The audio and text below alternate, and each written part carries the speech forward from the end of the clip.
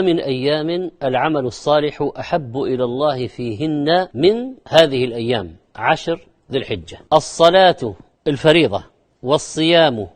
النافلة وعرفة، والصدقة، والتهليل، والتسبيح، والتحميد، والتكبير، ولا حول ولا قوة إلا بالله الكنز، والترديد مع المؤذن، والاستغفار، والدعاء، والصلاة على النبي صلى الله عليه وسلم، وتلاوة القرآن، والتوبة، وبر الوالدين، وصلة الرحم، وصلة أصدقاء الأبوين، وإكرام الضيف، وحسن الجوار، وإفشاء السلام، وإطعام الطعام، وحسن الكلام، وقيام الليل، وصلاة الضحى، وأذكار الصباح والمساء، النوم على طهارة، والتبسم، والتفكر في آيات الله الكونية، الشمس والقمر والنجوم، واحتمال الأذى من المسلمين والصبر عليهم، ومعاملتهم بالحسنى والرفق والتأني، وكظم الغيظ ورد الغضب، وإنجاز الوعد، وصلاة التوبة، وركعتا الوضوء، والنصيحة، وتعليم الجاهل، ونصرة المظلوم، وغض البصر، وحضور الجنائز، وتعزية المصاب، وعيادة المرضى، وإجابة الدعوة دعوة أخيك، وانتظار الصلاة بعد الصلاة، والترديد خلف المؤذن،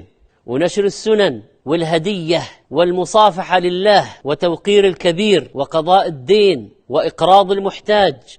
وإنظار المعسر، وإسقاط الدين أو التخفيف، وإماطة الأذى، والتسامح في البيع والشراء، والستر على المسلمين، وكفالة اليتيم، والسعي على الأرملة، وقضاء حاجات الأرملة، والمعاملات، وبناء المساجد، والدلالة على الخير، ونشر العلم في الشبكات، والوعظ وسماع المواعظ، وإهداء الفقير، والإعانة على الزواج وتزويج الفقير، والإصلاح بين المتخاصمين، ومصاحبة الأخيار، والوقف